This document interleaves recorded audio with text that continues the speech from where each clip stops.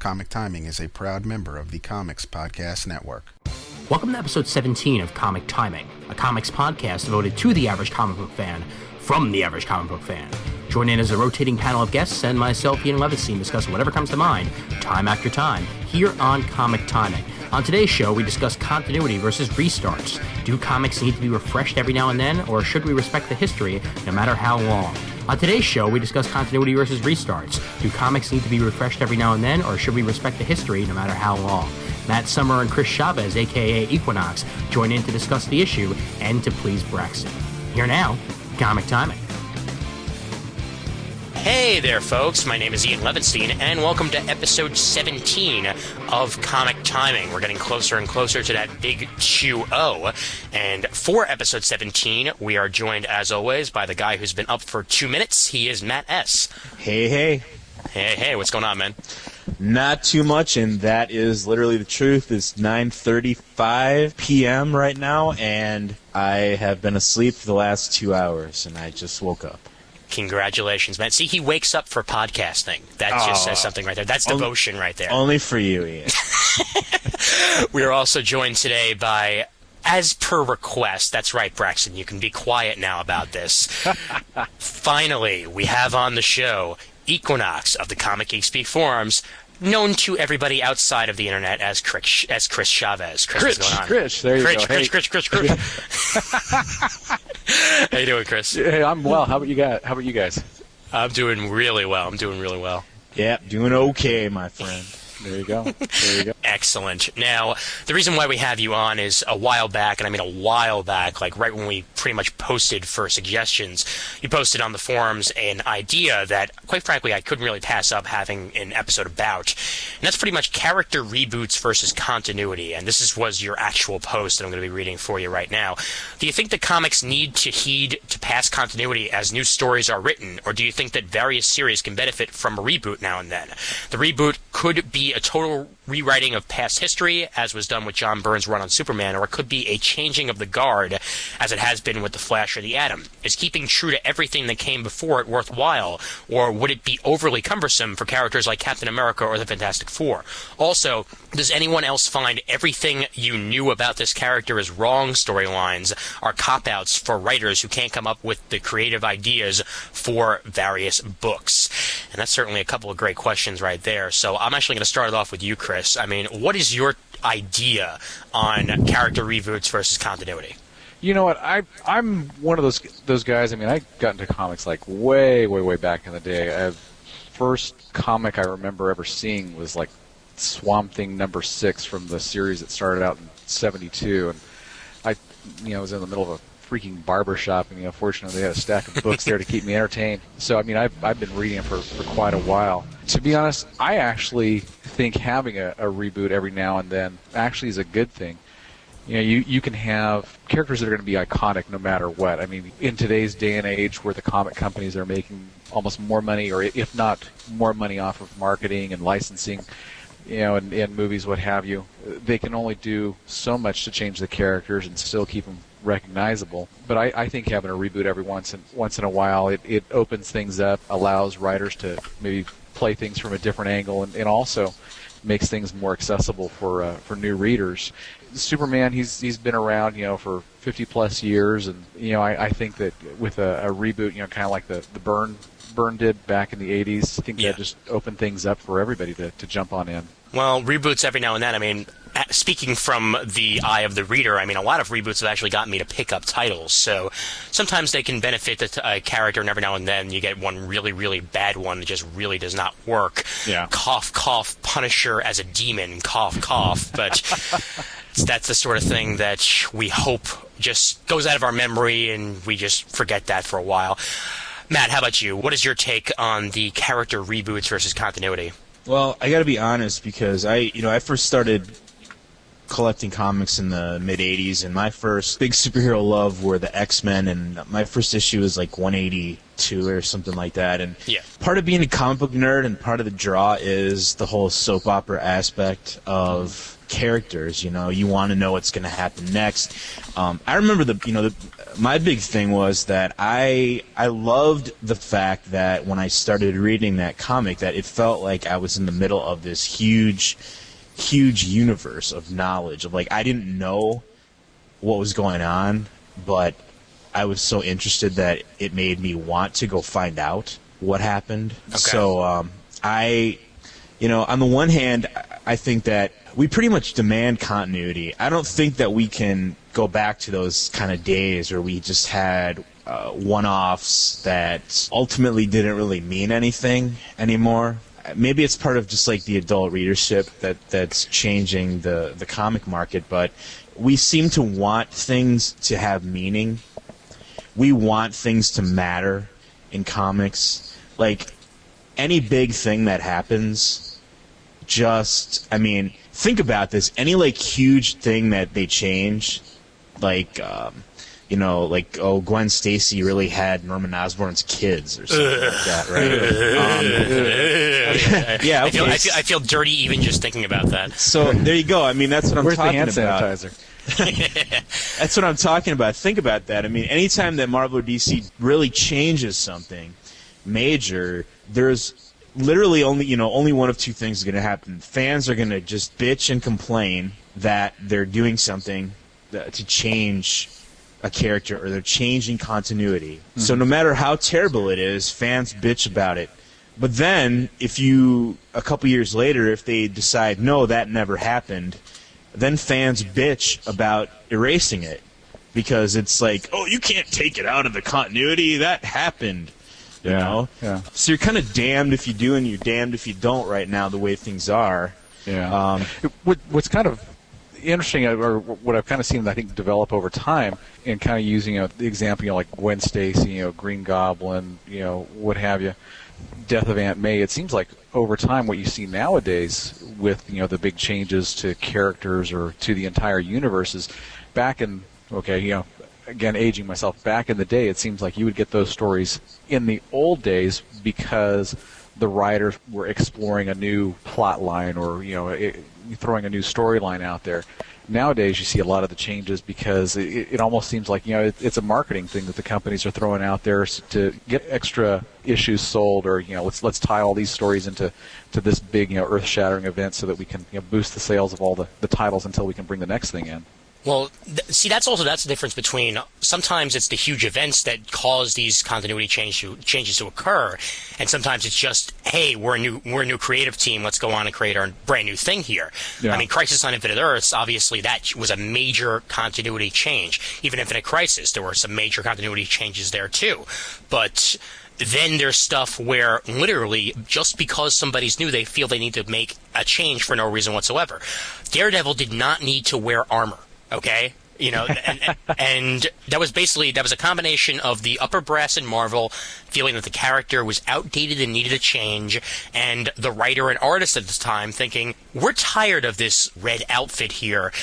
Even if the folks out there in readership land aren't really clamoring for one, let's try and redesign the character. Let's see what happens. Hey, Superman's looked the exact same way all these years. Let's make him blue and give him electric powers and see what happens.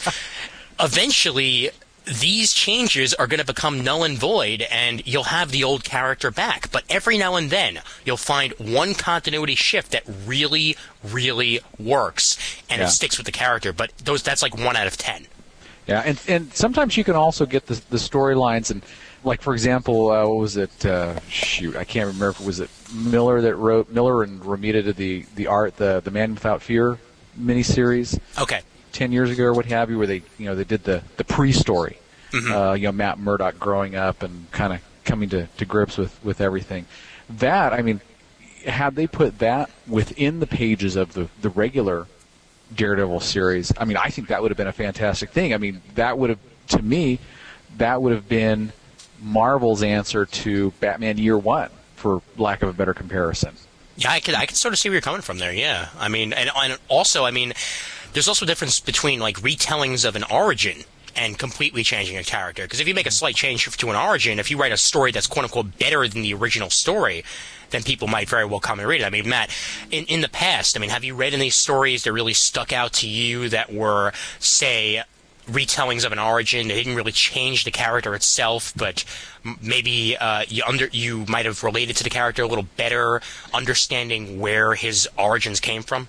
You know, I am, like, my thing, again, starting in the mid-'80s, I was right on board the original Crisis, and, you know, at the time, as kind of maybe stupid as it seems to us now, that they wanted to trash the whole multiverse and different continuity that they've built up over the last 50 years at DC, that actually served a much greater purpose. Because, you know, they wanted to get to the core of the character. They wanted to kind of get rid of a lot of this stuff. And that was what they did. They rebooted the entire universe, started over with new number ones on all the books, and went forward. And I was right there on board with the whole Man of Steel relaunch from John Byrne. And that was a character to me that I had just no interest in before the Man of Steel series. You know, if you go back and look at the pre-Crisis Superman, I mean, even in the 80s, it was at a point where a lot of us today, we wouldn't even know him. I mean, you know, he was working in a TV station as a on TV news reporter, and he was always, you know, just kind of had that to my 15-year-old mind, that, you know, big Boy Scout, boring, you know, he can move planets and that's just too ridiculous kind of thing. I think in that case that you know, the original post-Crisis revamp of the DC Universe continuity, I think really did serve a purpose. It really did work. I mean, it got you interested in the main, you know, again, right now they're hyping up about, the Trinity, you know, we got to make the Trinity important. Well, that was what happened, you know, after the original Crisis. We get Man of Steel, we get Perez Wonder Woman series, we get a new Batman. Took a little longer than some of the others, but, you know, Batman came on board, again, with slightly changed continuity from what we'd been used to prior to that. And, you know, I think that's fine. I think that it does. I think that they need to do that every once in a while, because continuity can be either one of two things. And this is what I see happening right now in the industry. You have certain groups of creators who they just love, you know, to them continuity, they're like hogs in a slop bucket going through continuity. They'll go back to some 1957 issue of Captain So-and-so, and they'll pull out some obscure little, you know, reference to something, and then they'll make that into a new story, or they'll take some lame villain from the old days that no one remembers and make him into a total killer badass.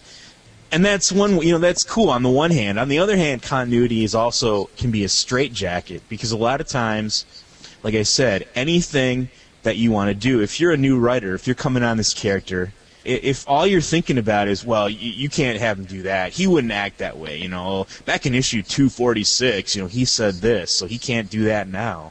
Yeah. You know, all that kind of stuff. It gets to just be too much, and a lot of, you know, some writers are just too devoted to that whole thing. You know, somebody like Roy Thomas, he was kind of the guy that started that off, really, in the 80s, of just being really continuity-driven, and, you know, it was kind of fun for a while. It was kind of interesting, you know, it was kind of fun, because, like, oh, cool, you know, everything connects, oh, this all makes sense. Yeah, but and it was interesting, because he complained quite a bit during the whole Crisis thing, the stuff he was working with, you know, he believed in you know, all the work that he was doing, and, you know, yet when Wolfman was coming through and wanted to make all the changes, he's like, well, you know, I'll play along, but, you know, don't do this, and this, because I have this stuff planned, so I can see where you're coming out with that as well. So yeah, that's always it's always a concern. Is you know, think about this. I mean, a character like Superman or Batman, they have literally almost 70 years of stories that have been told about them.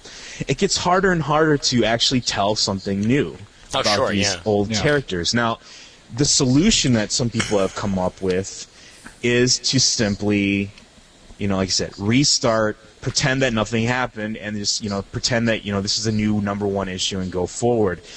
That's kind of like what Marvel has done. Now, Marvel, I'm actually surprised, and I'm almost kind of waiting for them one of these days to sort of have their own version of Crisis. They're getting along with 40 years of continuity Yeah. with no reboots and just constant changes, kind of like Iron Man. a sliding, Iron Man. yeah, like a sliding scale. Yeah. Like you said, that kind of thing. Like, oh well, Reed Richards was in World War II. No, now he was in Korea. Now, no, he was in Vietnam, or no, he was in the Gulf War. He was in and it's kind of that works for a little while. But again, the more stories that you cram on somebody's back, the harder it is to tell something new. Do you think maybe they missed the boat a little bit, maybe, and could have done more with something like, let's say, House of M? Oh, yeah. Oh, definitely, without a doubt. I mean, it feels like House of M has been entirely swept under the rug already. And the fact that it was one giant, it was a great story at the time, and it feels as if this new Civil War stuff has pretty much decided that, even already now, House of M is no longer relevant. When House of M could have very well set a new standard for the Marvel comics, now Civil War's doing that. Are Civil War's changes even going to stick? That's the question, because Marvel doesn't seem to enjoy making their stories forever relevant. And you could say that they're against continuity, you could say that they're against, big stories lasting a long time, but guess what? When you unmask Spider-Man, you're going to have to stick with that. If you all of a sudden decide randomly, no, wait, that was an android, and then he's back in the costume and Peter Parker's there, oh, happy life, yes indeed, Peter Parker's back to his old ways, well, that's called a cop-out. Yeah. Well, that's kind of what I was talking about before. I personally, to me, the fact that they decided to do that and make him, out himself, I think that was a huge mistake for that character. Yeah. And I personally would be fine with them figuring out some way to sweep it under the rug. But even if, like I said, even if you don't like it, even if you think it's stupid, there's still going to be people that say, well, you made your bed, you're going to lie in it, you can't just erase it and pretend it never happened. That's what continuity does. Now, a lot of people, they pretty much sort of did that with the whole Clone Saga thing. Like, oh, that didn't really happen. And a lot of people don't care about that. So I don't, it's always hit or miss on what kind of things people are going to accept or not accept as far as changes. Now, what do you guys think? Because this is something I wanted to talk about. What do you think about the Marvel Ultimates line? Has that been successful, in your opinion, as sort of a mini kind of Crisis on Infinite Earth sort of relaunch? Oh yeah, definitely, without a doubt. I mean, I agree. What they're doing with the Ultimate line is pretty much what DC Comics did when the Silver Age began. I mean, you had a completely established continuity, and outside of that continuity, you had similar characters, sometimes even pretty much the same characters, only starting out from square one, working their way up, different continuity. You could do whatever you want with the characters. If you want Nick Fury to be black, he can be black. If you want the Wasp to be Asian, she could be Asian. If you want Peter Parker to be a high school student again, he could be a high school student. Similarly, if you want Wolverine to be sort of like a punk ass just starting off again with an entirely different background, you can do that because it's the Ultimate line. It's not the regular Marvel universe. So if you're sick and tired of Marvel's continuity gaffes and all that, head on over to the Ultimate line, because so far they've been doing one hell of a job over the past 5 years. Yeah, I agree. You know what, though? The one thing I was going to say, the one thing that I kind of don't like about the Ultimate line, and one of the reasons why I think a lot of these reboots today sort of fail, is that a lot of times we just get the same stories retold back to us. Yeah. Now, again, the first 100 issues of Ultimate Spider-Man, we basically have people sitting around, oh, here's where he's going to fight Electro again. Oh, here's where he's going to fight Mysterio again. Here's where he's going to fight the Rhino again. Oh, when's the Black Cat going to come in? Oh, when's this character? That kind of thing is, I don't know what I think about that, because I really miss having a kind of classic Spider-Man book that like I used to read when I was in the 80s. But again, I don't necessarily want to read kind of like the same story over and over again. You know what I mean? The same thing. the same thing kind of goes on with, if I was a Legion of Superheroes fan, I think I would have shot myself by now because there's been like 6-7 relaunches of that book in the last like decade, and every time they do it, it's one of those things, everything's brand new. Nothing happened before. Yeah. It's all wiped away, but then we're going to retell the same kind of stories. We're going to have the same characters. We're going to have it, it gets, I don't know. I don't know if that's necessarily beneficial to keep doing that and keep going back to that same old mine of stories all the time. Peter Rios, we feel your pain. Yeah, there you go. Now, are you guys reading All-Star Superman? I am. Yeah, I'm reading All-Star Superman. Yeah, I'm reading All-Star Superman, but you would not be able to get me within a 10-foot pole of All-Star Batman because I read the first 2 issues of it and I wanted to vomit. It was pretty much, and again, most of the time I can find something that I like about a comic. Most of the time I can find some sort of redeeming factor about a comic, and other people have found redeeming factors about that, and you know what? I respect them for that because I guess they're better men than I am, because I read this, and I've said it before on this podcast, I've said it before on other podcasts. When I see Batman, I want to see Batman. I do not want to see Marv from Sin City in the guise of Batman. Yeah. And that's pretty much how Frank Miller is writing Batman now. Mm-hmm. I'm the goddamn Batman. And better yet, hey, let's have an entire issue with Black Canary running around with a whole bunch of panty shots and mention Batman twice in the entire issue. Hey, that's a brilliant idea. Yeah, the TNA Commandos, Exactly, yeah. You need more of that.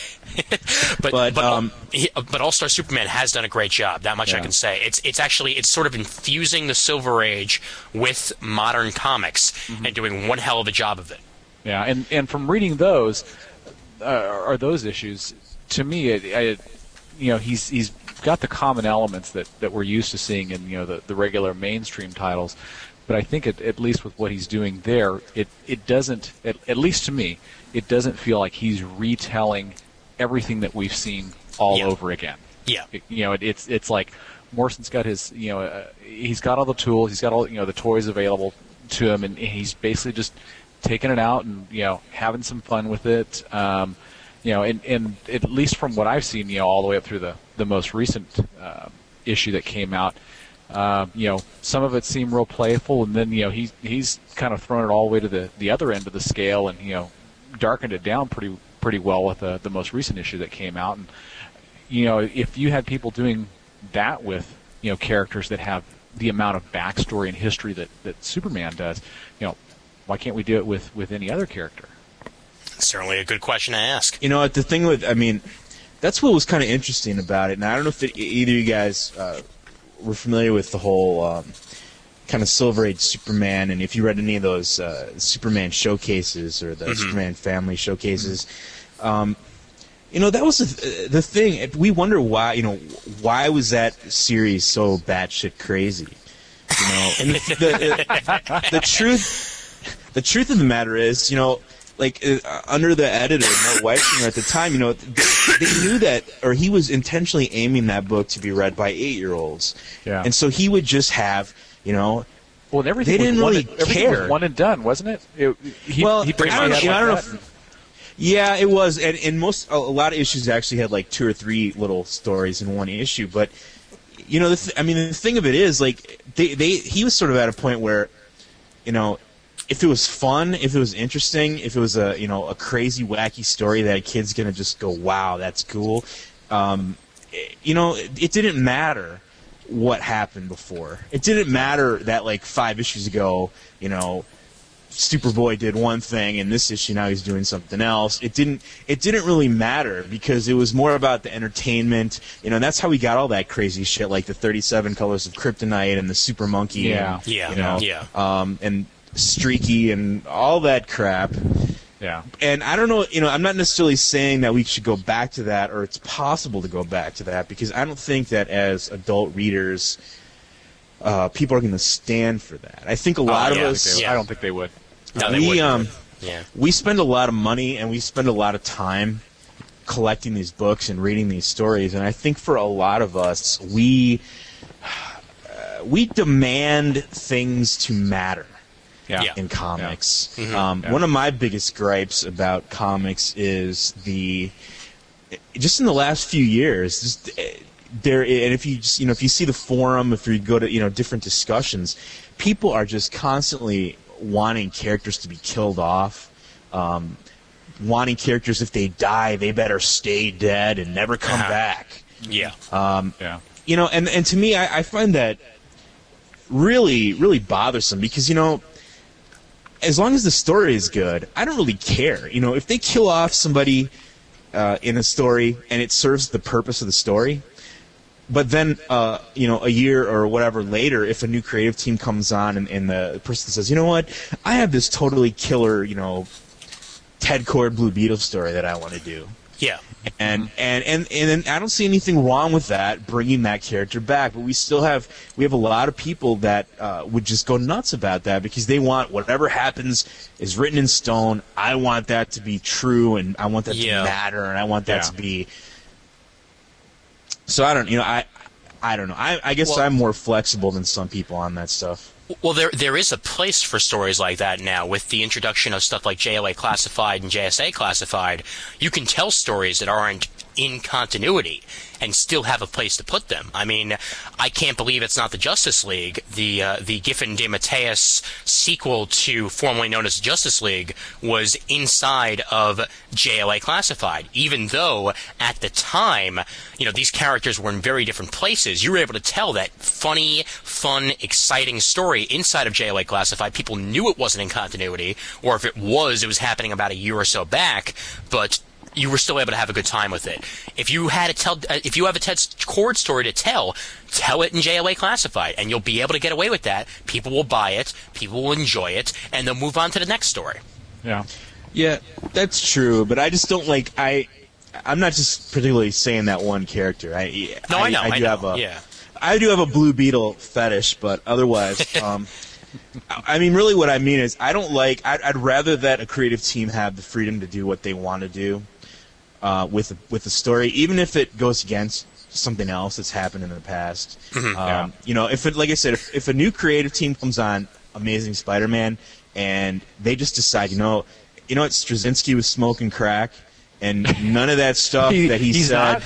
You mean he's not already? The spider totem thing and the Norman Osborn thing and any of that crap. If that just goes away, I don't care. I'm happy with that. JMS himself has already said that the Gwen Stacy stuff didn't happen. All right, so that sort of says something right there. Because again, what I remember hearing, and I think he said that actually this at a recent convention, the story he told was not the story he wanted to tell.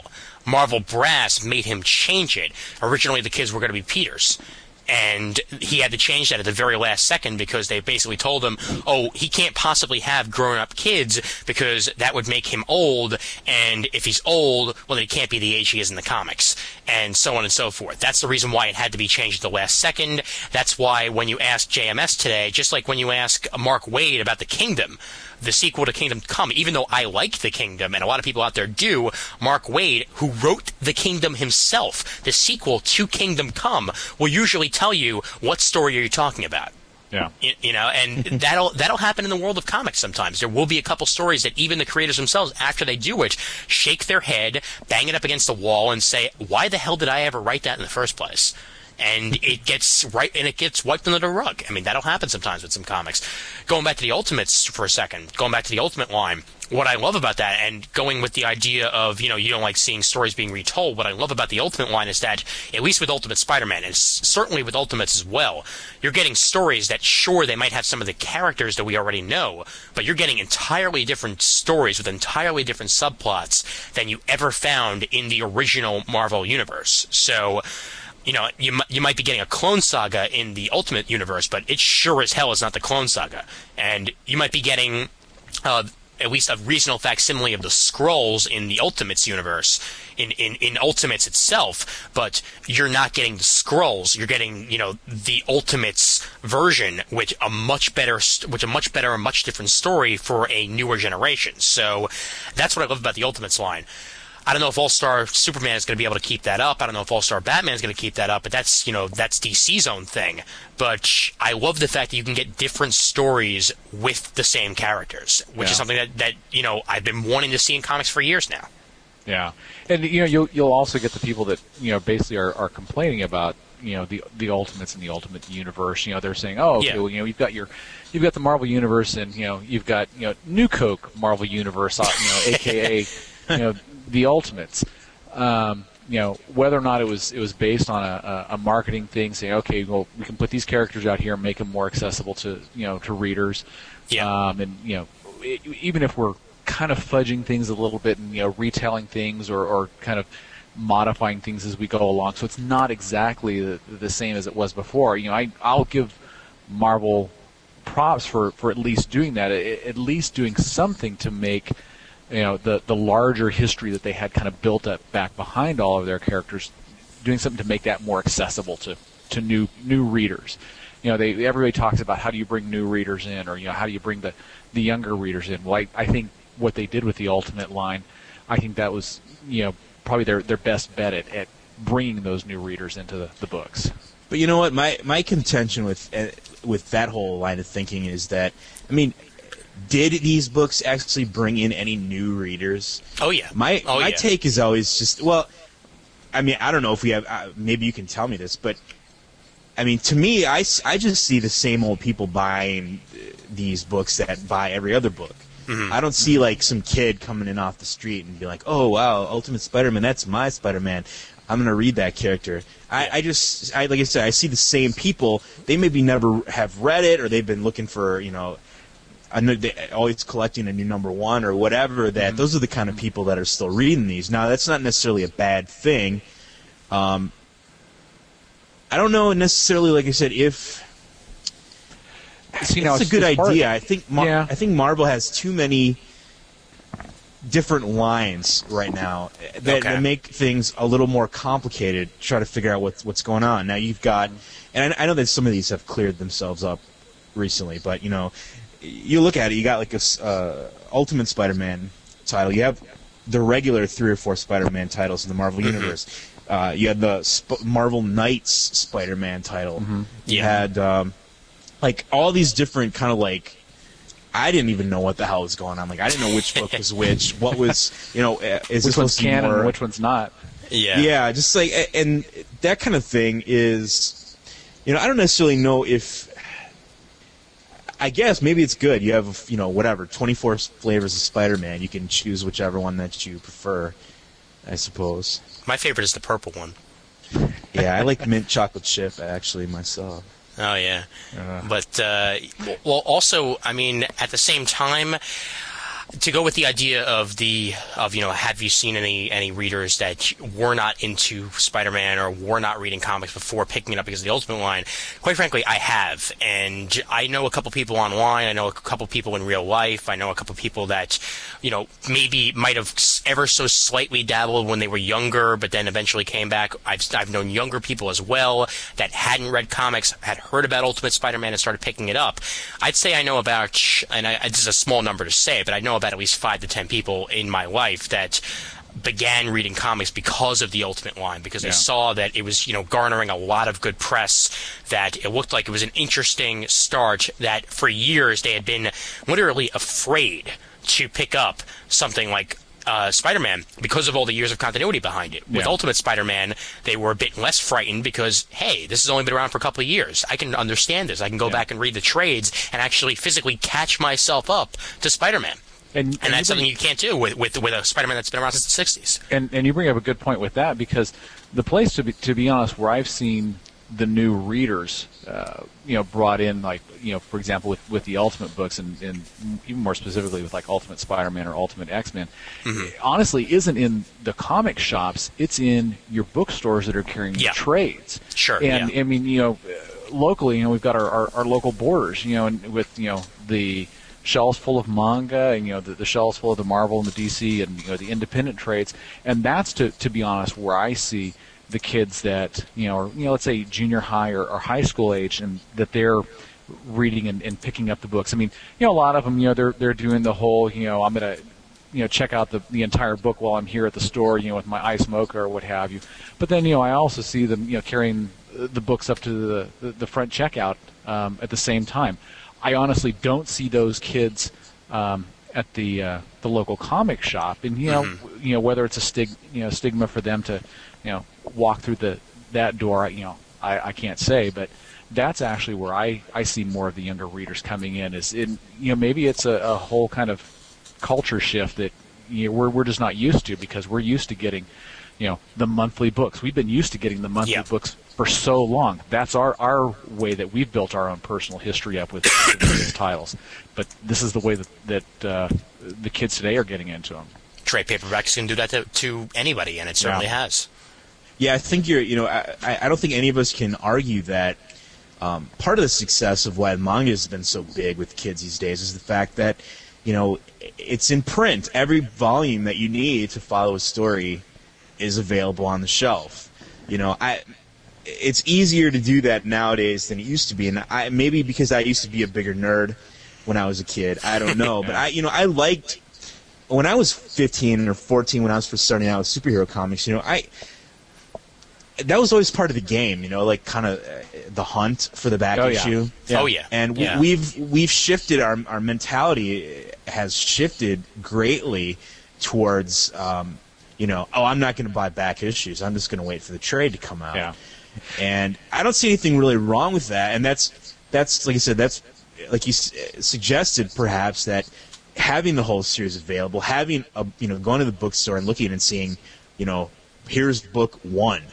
Yeah. Start here. Mm-hmm. You can do that, and that makes it a little more attractive.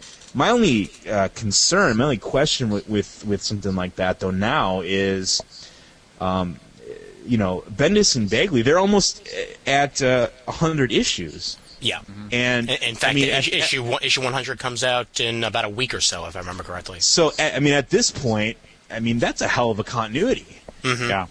Yeah. So you're just you're in the same boat. If you right now, if you want to get started, you're like, I'm 100 issues behind. There's a lot of a whole crap load of stuff in that series already that you have to kind of know and go back and read. So really, I guess what's the answer? Is there do we need to have a reboot? Should there be a continuity reboot every X number of years for different titles? I think these days you can almost I think with the internet and the boards and what have you, I think the publishers have a much better sense of what the I don't know, you would call it the pulse of the readership is. Back in the old days, the 70s, the 80s, even pre-original Crisis on Infinite Earths, the companies really, the only thing that they had to kind of gauge how accessible or how well the books were doing are just straight up sales figures. Nowadays, you've got your blogs, the forums, email in general, podcasts that give them so many different ways of kind of getting a sense of how their books are doing. So I think they can be a little bit more flexible as far as whether or not they see a need to make a sweeping change. Mm-hmm. And as far as continuity itself, I'm not as worried about past continuity because of the rise in the trades. If you need to get the backstory on what came before with a character, there's so many books that are available on the various characters. You can pick those up, Amazon, Borders, in-stock trades, wherever you may need, eBay, what have you. You can pick up the backstory or the history of where a character came from before and still be able to continue on with, let's say, the new status quo. Mm-hmm. Yeah, and also, even for a reader who is going to be coming into something like Ultimate Spider-Man in issue, say, 50 or something like that, it's pretty damn accessible even where it is. And it's something that you can't find in a Spider-Man comic today. Like, for instance, if you only knew the movies, okay, if you only knew Spider-Man movies, and you went to pick up a Spider-Man comic today, and all of a sudden, everybody knows who Spider-Man is in the Marvel Universe, you're going to be, what the hell is going on here? You're going to have to go back, and you're going to have to go back, and you have to go back, and you have to pick up everything. With Spider-Man, in the Ultimate Spider-Man universe, there have been stories that were, quote unquote, integral to the actual, character building, but at the same time, not enough to sort of bog you down into continuity itself and not be able to understand what you're reading. And that's something that a lot of Marvel comics today do not have going for them. Mm-hmm. And a lot of DC comics even. I mean, with 1 year later, that was the best thing that they could have done. And I'm going to talk about 1 year later actually now, after I mention this, to sort of close up the Ultimate line before we move on to 1 year later. What do you guys think about the crossover that the Ultimate line is having with Supreme Power now? The Ultimate Power that's going to be coming out. I mean, do you feel that this is something that might be maybe detrimental to the line? I mean, being able to cross over with another quote-unquote restart, as it were, with Supreme Power, which obviously is not the same Squadron Supreme that everybody was used to. But what do you guys think about the crossover from that universe with the other universe?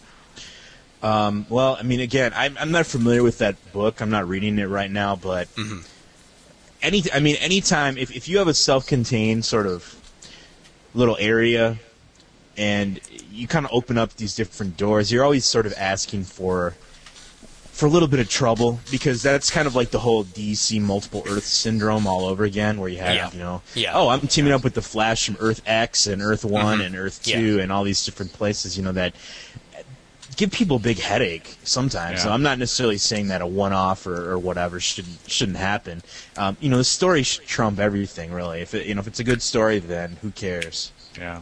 Yeah, so I would agree with that. Yeah, and I agree as well. I think you should be looking at the story, and if the story's there, put it out there for everybody to enjoy. If you think it's going to be something that's going to cause you a problem, do it as a one shot, or do it as a limited series out of continuity. It's been done before, so why can't you do it now? It does. The crossover doesn't have to be canon for each universe after they're done with the story to be entertaining. I would agree with that. Yeah, sure. Do you guys, just kind of going off of what you just said, Chris? We all know that we have this opportunity to do like Elseworld stories or standalone or All-Star or whatever that are not in continuity. But do you think that people really, are those titles as successful? Do people ultimately really care? If a story's not in continuity, do they really care that much about it? Because I always get the impression that, people want things to matter in that mainstream continuity, and if it's kind of outside of that, it's just sort of like, that's kind of interesting, but, so what? Yeah. It's not the main thing. I can only speak for myself. To be honest, if the story's entertaining, and if, it's not a waste of the paper that it's printed on, or the money I'm spending on it, I'm all for having the stories out of continuity. I mean, there's series that personally I enjoyed. The old Batman Gotham by Gaslight by Mignola, or the Justice League, was it the Nail by Davis? Right. Those were completely out of continuity for DC. Hell, even the old crossovers that they used to have, Spider-Man and Superman, Teen Titans, X-Men, completely out of continuity, but taking elements from both companies and putting them together in at least what I thought were entertaining stories. There wasn't going to be any lasting effects from those, but it didn't make it any less entertaining for me when I was reading them. Amalgam. Speaking of, non-entertaining. Yeah. Oh, boy. Hey, there were a couple things in that were sort of interesting, like Iron Lantern and Challengers of the Fantastic. Oh, I honestly, the Uncanny X-Force. I liked some of those books, depending on the creative teams. The whole, I don't even remember what the names of these guys were, but the Superman Captain America hybrid guy was kind of interesting. Yeah. Was it Super Soldier or something? I can't remember. That's what it was. That. Super Soldier, yeah. And then did Peter David do some kind of Spider Boy? Spider Boy was really good. Yeah, that was interesting. That was okay. Thor I Ryan. was actually honestly, Thor Ryan with John Romita Jr. art was actually really good. That name alone, though, just somebody should have been bitch slapped for that. Sounds like something you need a medication for. Exactly. Doctor, help me! I have Thor Ryan. Yeah.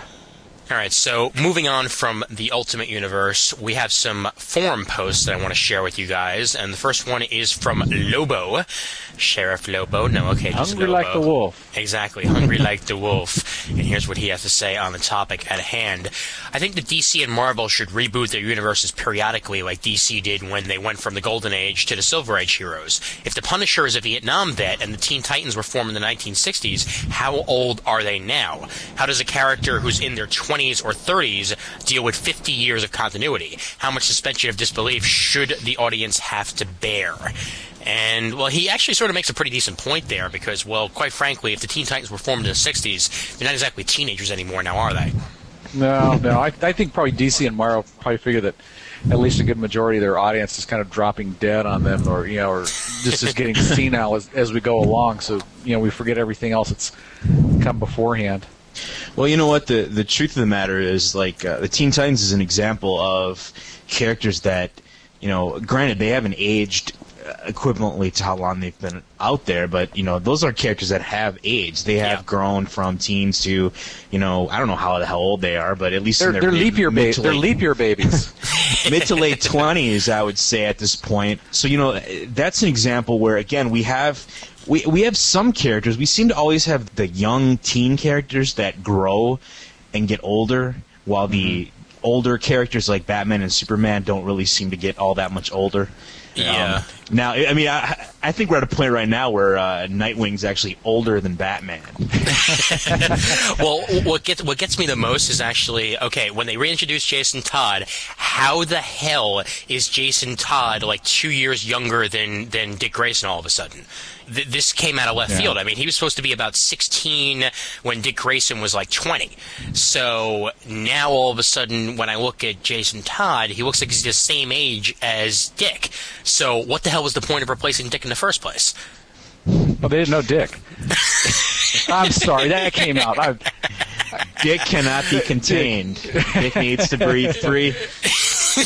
Oh my God, Dick needs to roam on his own every now and then. Well, that was part of, part of the thing was, I mean, it wasn't like Robin got too old to be Robin. He just decided as, a human being that, hey, I'm not going to be this guy's sidekick for the rest of my life, and kind of went out on his own. So, I mean, it doesn't necessarily bother me too much. I think he, like I said, I really do think that he's right that Marvel and DC, I think they do need to have these little reboots, and DC has done actually I think too many reboots over the last 20 years. Mm-hmm. The original Crisis on Infinite Earths I think was a great idea, and it was a solid, we're going to just we're just going to start over, and that was very effective. The other ones that have come after that, especially something like the steaming pile of excrement that was known as Zero Hour. I don't even know what the hell that was supposed to be about. I just know that that was kind of like the whiteout, or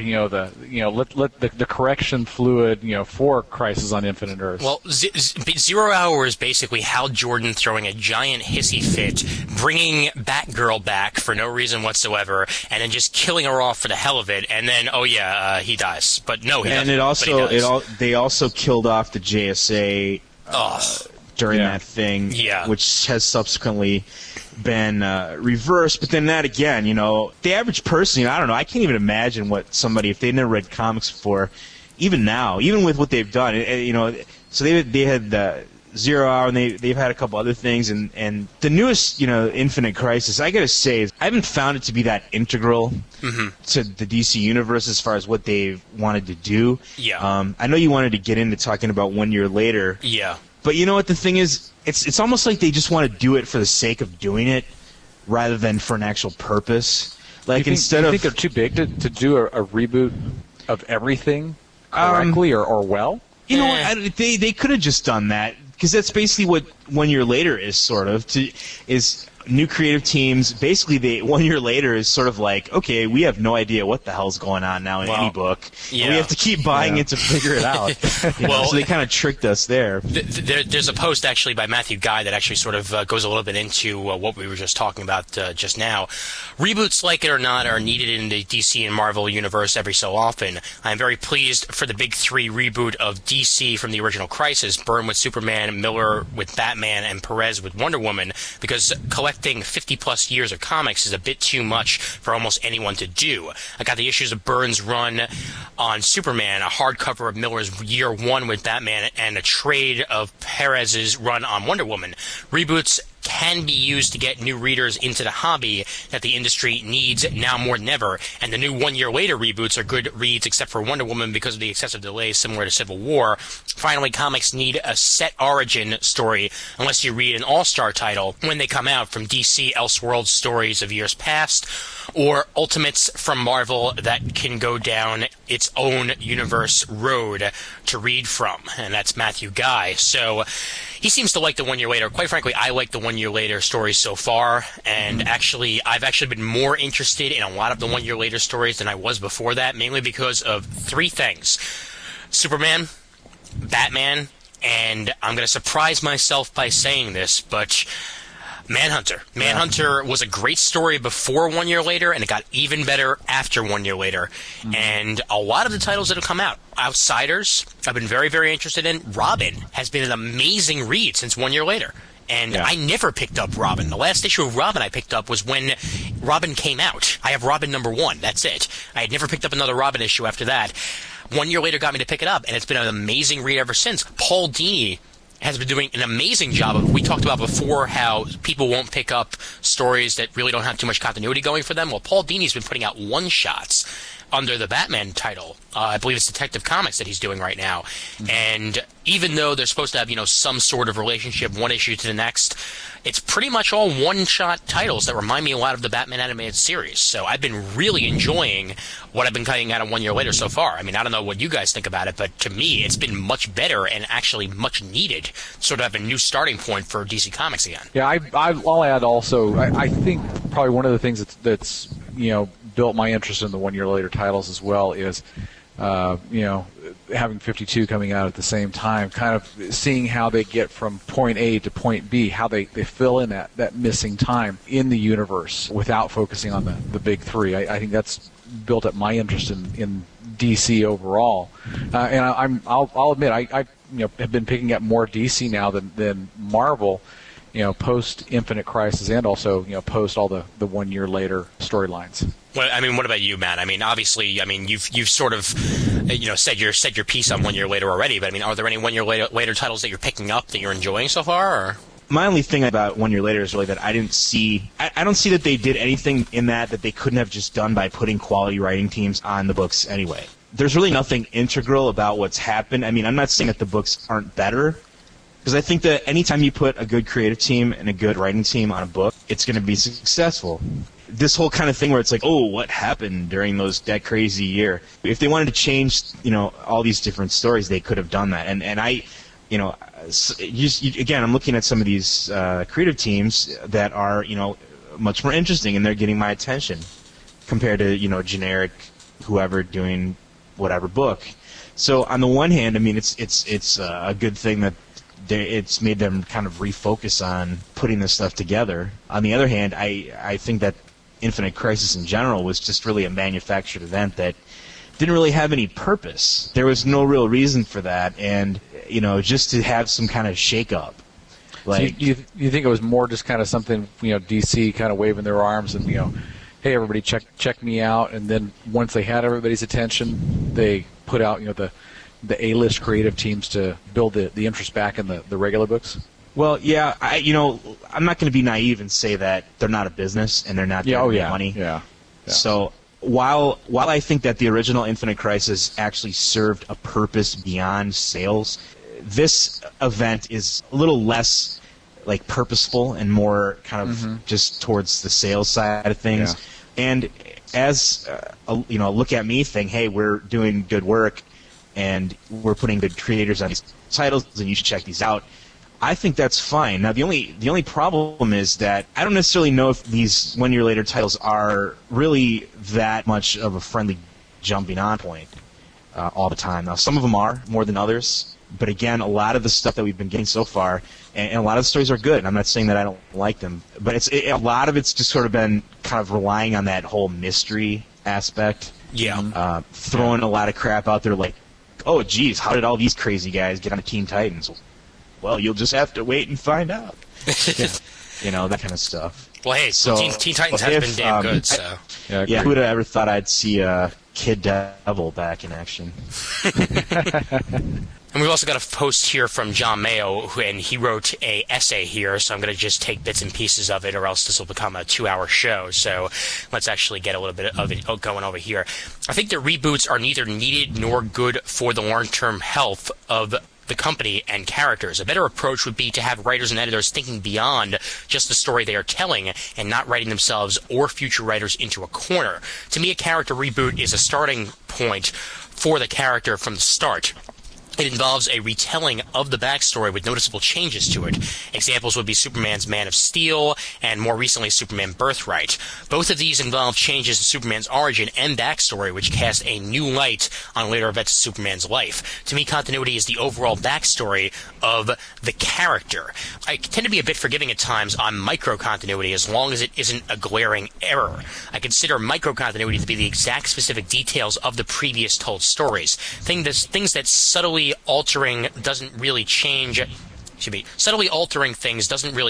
the nature of the event. For me, the micro-continuity is only really a factor within a given storyline, like, say, having a character's arm clearly and traumatically broken that magically heals in the next issue of the same storyline. That bugs me, as it is something that either the writers or editors should have caught. Continuity can be a great storytelling tool if used properly, or a huge problem if used wrong. Having characters grow over the course of adventures makes them seem more real. I don't think that continuity needs to be front and center in every storyline, but there are times when not mentioning a major past event just doesn't make sense. Not everything that happens to a character is really crucial to the continuity of a character. Character aging does have to be fudged a bit to prevent Batman from being far too old to keep fighting crime each night, but character aging and continuity aren't the same thing. And as a reader, I find it a bit offensive when writers basically ignore continuity because they just don't care. Isn't it a writer's job to make me care about a character, to get personally invested in what happens to the character, and doesn't telling me that the past adventures of the character don't matter go directly against that? But sometimes stories are told that later just need to be flat out removed from the backstory. Mistakes get made. Things that seemed like a good idea turn out not to be. Periodic cleaning of the backstory is probably needed, but needs to be done carefully. And here's a main point in his email. I don't consider the Infinite Crisis, and this is a big point in his forum post, it's not an email, I don't consider the Infinite Crisis 1 year later event to be a reboot of the DC Universe. A restructuring of the backstory continuity, sure, but not a clean reboot like restarting Superman, Batman, and Wonder Woman like happened after the Crisis on Infinite Earths. Giving writers and editors a chance to retroactively clean up some past mistakes or confusions is okay if done well. If done poorly, it can just make things more confusing. As for the concept that there are characters out there with 50 years of comics as part of the continuity of the characters, I'm having a hard time thinking of any at the moment. I'm reasonably sure that the Batman I was reading in the early 80s didn't have all of the Golden Age Batman stories as part of the continuity. Same with Superman and Wonder Woman. I can't think of any characters off the top of my head that have been published for 50 years straight and had all those adventures in the same continuity. I think this might be a myth that people that aren't in favor of continuity use to justify a periodic rebooting. And certainly some great points in there, especially considering the fact that he doesn't consider Infinite Crisis / 1 year later to be a reboot, but more of a restructuring, which actually makes a lot of sense in the scheme of things.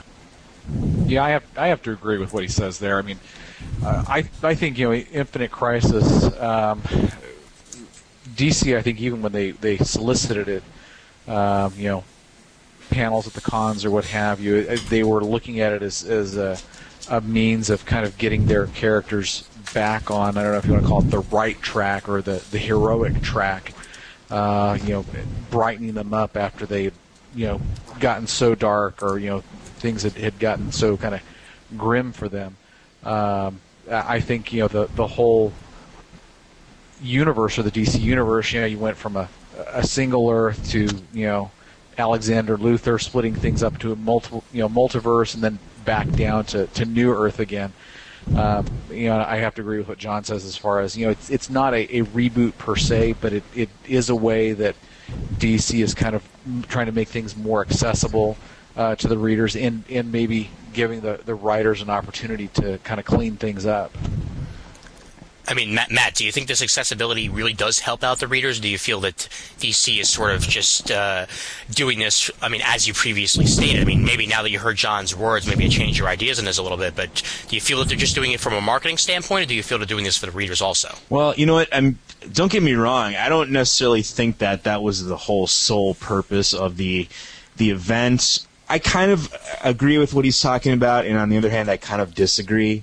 Some of the things that he mentioned, specifically about, you know, going back and kind of like dealing with retcons, he thought was more entertaining or more permissible. That idea of, you know, things that we saw didn't mean what we thought they meant, and that kind of stuff. I don't necessarily know if I like that approach or not. We've had that happen. I mean, really specifically, most recently with the whole identity crisis thing, where, you know, we have all of our favorite heroes. We're told that they engaged in some rather horrific activity, which for some people, you know, that's cool. For other people, that's kind of like really nasty, really bad. You know, to think that our characters that we love would do such things, but you know, I don't mind. Like, he kind of talked about how he didn't like it, or he felt he was being insulted when certain creators came on and ignored certain things of continuity. Yeah. I don't really mind that so much, again, because it kind of goes down to the whole, you know, each creative team, each writer and artist, they have a specific vision, kind of like a specific story of what they want to do.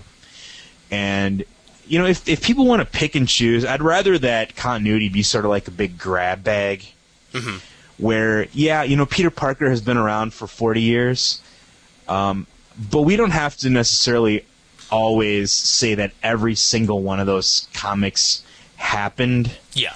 And even if we do, we don't have to have them all happening at the same time. Yeah.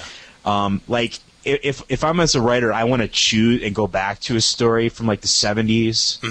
And bring that up and make a tie-in with that, I think that's fine. But we don't all necessarily have to acknowledge that every single thing, you know, happened to this one character. Hey, I mean, the Illuminati. The whole reason why Illuminati happened in the first place was because, well, Brian Michael Bendis went back and saw these characters together in one panel of the Kree Skull, I believe it was the Kree Skrull War, and pretty much said, hey, that could work. And, you know, the whole secret society of the Illuminati pretty much came out of that one particular panel right there. That can happen sometimes. It could lead to some damn good storytelling. Yeah, that's true. I mean, this continuity, let's face it, it's a minefield. Yeah. We want it as readers, as people who are hooked into the whole soap opera aspect of comics. We want continuity. As adults, we want comics that we read to matter. We don't want them to just randomly change things. We don't want, you know, Aunt May to be dead one issue, alive the next, and then dead again the next issue. Yeah. You know, we want it to matter. And so when these things change, when people do make these choices, you know, a lot of times there's a huge fan outcry. No matter what happens, no matter what they choose, there's always going to be someone that's upset that they chose something or they chose to ignore something else. Personally, I think that we should just, I guess, learn to maybe lighten up a little bit more when it comes to this kind of stuff. But I know that's kind of baiting the bull for some people. You know, they don't want to hear that kind of thing. And, you know, everyone reads comics differently. And there's different, you know, I appreciate the fact that there's different series that have different levels of continuity. So if you don't really care, you know, you don't care, you don't really want to wade into that whole mess. You know, you have your Ultimates, or you have your one-shots, or you have your, you know, whatever, different stories that have different levels of different continuity. Now, I mean, I do agree with what he's talking about. The 1 year later and the whole Infinite Crisis is really not. It's really not a relaunch because things really aren't that different than they were before. It's not like Crisis on Infinite Earths. Oh, sure, yeah. What they did use, and again, I think they wanted to do this with Zero Hour. Zero Hour kind of came around because they wanted to kind of fix things. Yeah. that they thought were still wrong with the universe, and that's kind of what I see with Infinite Crisis. It's on the same sort of level because it has these sort of little changes into things, like pre-Crisis we had where Wonder Woman wasn't a founding member of the JLA, and now after Infinite Crisis, now she is again. Just little things like that have been tweaked and changed a little bit. So ultimately, it's not really that big of a deal. It's not really that big of a change.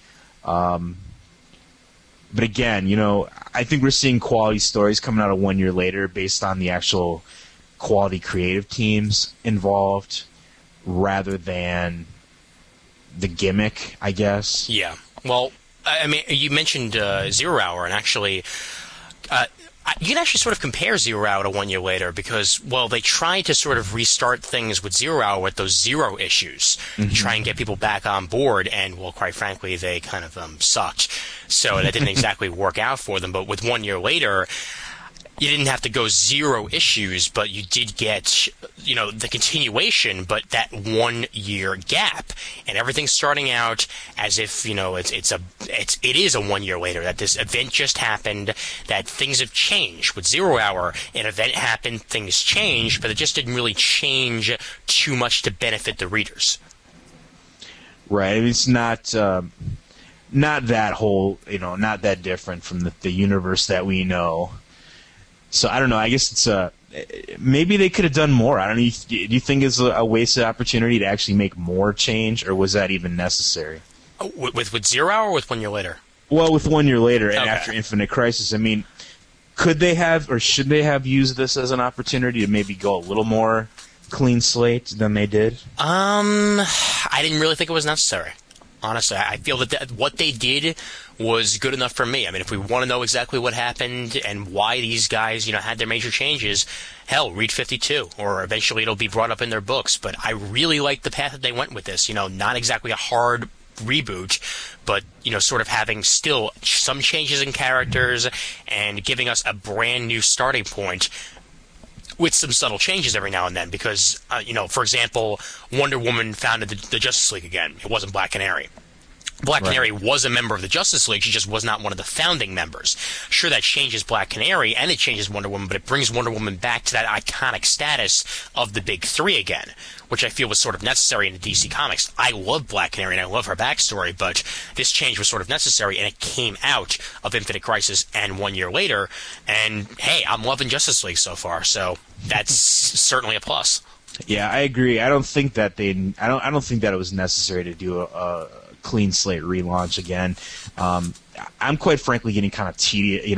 Those are striking me as being kind of tedious, especially when, as we said before, most of the time when you have a relaunch again, whole total reboot, you just spend the next 10 years reintroducing the same villains, reintroducing the same characters that you had already before. So I don't mind. I do think that it's a good idea to sort of streamline things. I wish that this event would have fixed the whole Hawkman problem. Oh. And maybe it will. I don't know. I also I understand that they want to get rid of things that are just too damn complicated. Yeah. The whole protoplasm, I'm an angel or whatever, Supergirl thing is just way too damn complicated. Oh, sure, yeah. So we're going to go back to making her just be Superman's cousin, which, is a lot simpler, makes a lot more sense. It goes against the whole, Byrne, last son of Krypton kind of thing, but, ultimately I think it's probably a better idea. The simpler things are, if you have to take, if you have to spend 15 minutes, 25 minutes trying to explain who a character is, I think you're doing something wrong. Yeah, I mean, those were definitely some good points over there, Matt. I mean, Chris, what do you think about the situation? I mean, do you feel that it would have been better off with a hard reboot, or do you feel this sort of soft reboot, similar to what happened with Zero Hour, only done good? is more gooder. Exactly, more good. There you go, or gooder, as it were. That they did with 1 year later is working well for DC. You know what? I think it personally doing kind of the soft reboot would have been fine. They could have put out, let's say a special, kind of like they did with the, Countdown to Infinite Crisis, something to kind of preface the whole 1 year later thing, and maybe also to kind of fold in some of the changes that they were going to make as far as Wonder Woman back within the JLA founders. Yeah.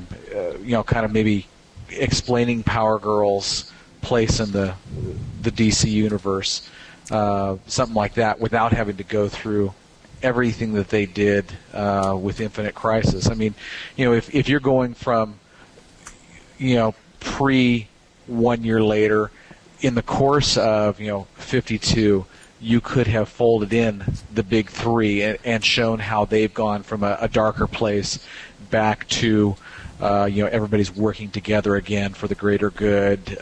Batman's not this pain in the ass backstabber, and Wonder Woman's not about to snap everybody's neck. Mm-hmm. If she hits a bad month on the PMS cycle.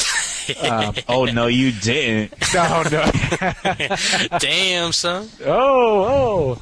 But yeah, I think they could have gotten by with a soft reboot. Would they have gotten the sales numbers, or would they have gotten the attention? No, but creatively, I still think they could have done it well. Well, also, I mean, the fact that it took them this to actually get the good creators on is certainly a good thing. I mean, Chris, were there any comments that you wanted to make also on John's post that you haven't had a chance to make yet? You know what? Basically, I mean, I agree with what John said as far as, as long as you're doing it right. Basically, if you've got the story, just kind of throw everything else under the bus. One of the things that he did, make in his post was that, he said that the Superman from the 80s, Batman and Wonder Woman didn't have, the 50 years of continuity.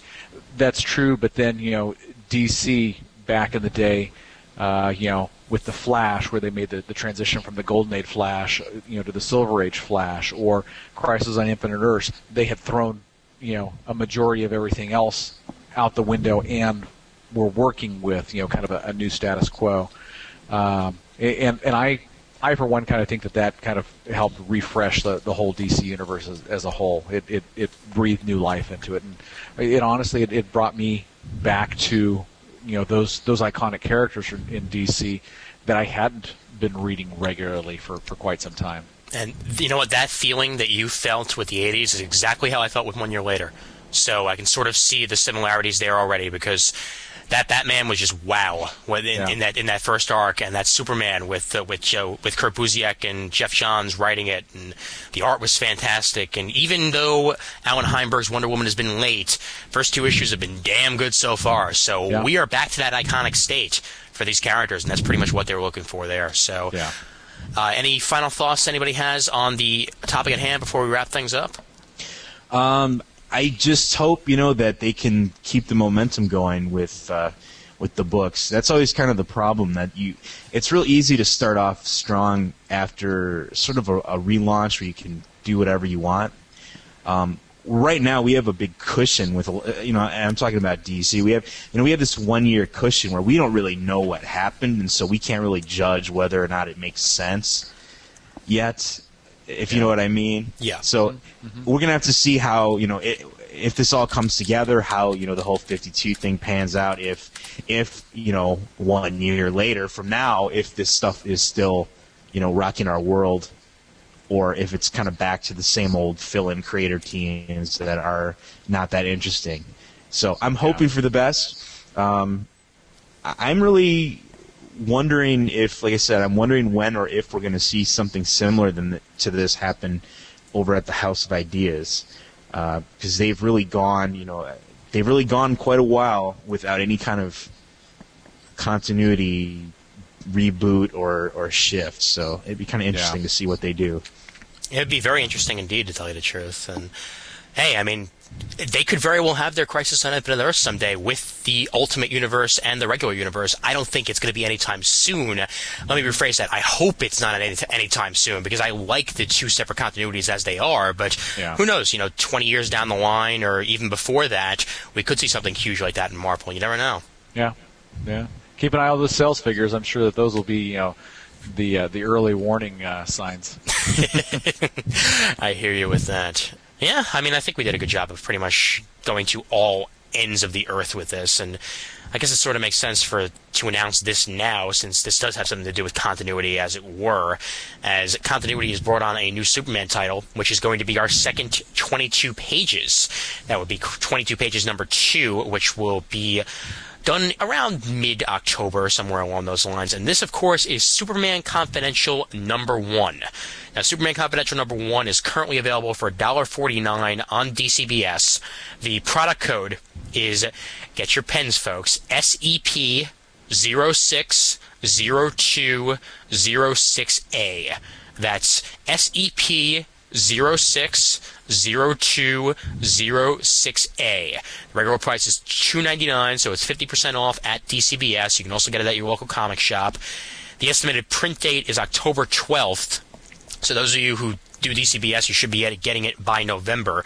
We'll probably have the review around that week, possibly a week before that. So any of you who are getting it late, you can just wait to listen to that episode. But yeah, the 22 pages for this month will be Superman Confidential number 1. We'll go Marvel first, as we did, and then let's go DC, and then maybe we'll go independent from there. But I think that works for everybody. I mean, what do you guys think? That worked well here? Darwin Cook, Tim Sale, that worked for you? Sounds good. Spread the love. Damn straight. Good enough.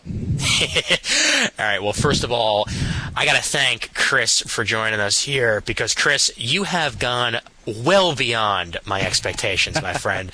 It's been a hell of a conversation. And our expectations here were quite low, so that wasn't too hard. Of course. I mean, anything recommended by Braxton is automatically going to be low expectations for me. But hey, I have to live up to the legend. What can I say? But you certainly did a great job here, man, and you will certainly be on in the future. That much I can guarantee, because it's been a hell of a lot of fun talking to you, my friend. Hey, I've been having a kick-ass time. I appreciate you guys having me on. Hey, no problem, man. And thank you very much to Matt as well for waking up for this episode. And I hope that we kept you awake. It was worth it. Well, well, what? You mean we're better than dreams? That's awesome. Sweet. There you go. Well, you're in my dreams too, so it's kind of yet again, too much information. But we're not going to go there. We're not going to go there. I don't want to know about that, man. I don't want to know about those random carnival rides. I think it's that deep, husky radio man voice that gets me every time. Why, thank you. Oh, and actually, speaking of the radio, before we completely wrap things up here, those of you who live in New Hampshire, those of you who listened to last episode heard my comic book piece that I did on the air here. Well, New Hampshire Public Radio has picked up my comic book piece, and they're actually going to be airing it on their air sometime soon. I don't know the specific date as of yet. Once I do, I'll make sure to let you guys know, but I'll be heard on New Hampshire Public Radio, which is certainly a nice thing. So any of you who like that piece, you can listen to it again on there or not. It's up to you. But nevertheless, I'm a happy man that I finally can be heard outside of just the internet and on iPods. I'm on the radio, baby. Hell yeah. Congratulations on that, man. Thanks a lot, man. It was a major shock for me, because I did this a year ago, and all of a sudden I just randomly get the email, and I'm like, okay. That works. But, yeah, so I'll be on New Hampshire Radio soon. But nevertheless, let's wrap things up here. The email address for Comic Timing is comictiming@gmail.com. Don't forget to check out those forums over at comicgeekspeak.com/forum, which are graciously hosted by the Comic Geek Speak guys. I thank them for that. I will be at Baltimore Comic Con this weekend on Saturday and Sunday. I'll probably be hanging around the Comic Geek Speak guys a little bit, and you'll be able to see me around the floor as well. So if you know what I look like, and if you don't, well, then you'll be able to hear this masculine voice, and that'll probably be able to point it out. But nevertheless, if I see you guys over at Baltimore Comic Con, make sure to say hello, and I will certainly be happy to say hello to you as well. We are proud members of the Comics Podcast Network over at comicspodcast.com. Don't forget to vote for us on Podcast Alley. The links are in the show notes and on the main page. There is a new Comic Timing listing on Podcast Alley. It's the one that says, note, this is the right listing, because the last listing had the old feed, and I wasn't going to wait forever to Podcast Alley to change that. So please vote on the second listing that says Comic Timing Podcast, not just Comic Timing. And we're up and running on iTunes again, which is certainly a plus. So once again, Chris, Matt, thank you very much for joining us on this very happy episode about continuity, and we'll make sure to remember you in the continuity of Comic Timing. Thank you much. Appreciate it. We'll talk to you soon. Hell yeah. And Matt, talk to you next week. All right, I am the retcon of comic time and continuity. Yes, you are actually, because you have replaced, well, not replaced. You have filled in for David Price in that role of sidekick, and you've been doing a damn good job ever since. So good job, Robin. Sidekick? Don't roll out the green shorts, please, guys. I'm sorry. Please don't I'm roll those sorry. out. I just wanted to see your reaction, man. I love wearing booties as much as the next guy. Oh, dear God, no, I'll never get that image out of my head. No, you are certainly a partner on this show more than the sidekick, and I thank Let's you. retroactively change our continuity. So as of now, David Price has never existed. Who is David Price? And check out David Price on the Bullpen Bulletins podcast, by the way. That's at bullpenbulletinpodcast.com. Episode 1 is out, and it had a guest appearance from me and from Matt, but episode 2 will have an interesting appearance, too. Can't wait for that. And as always, there's always time for comics. Well, if I can't get any podcast pussy, then I'm... There we go. There's our blooper. Hell yeah. Oh, there you go. There you go. That's at the end of the episode, right? You there. better not.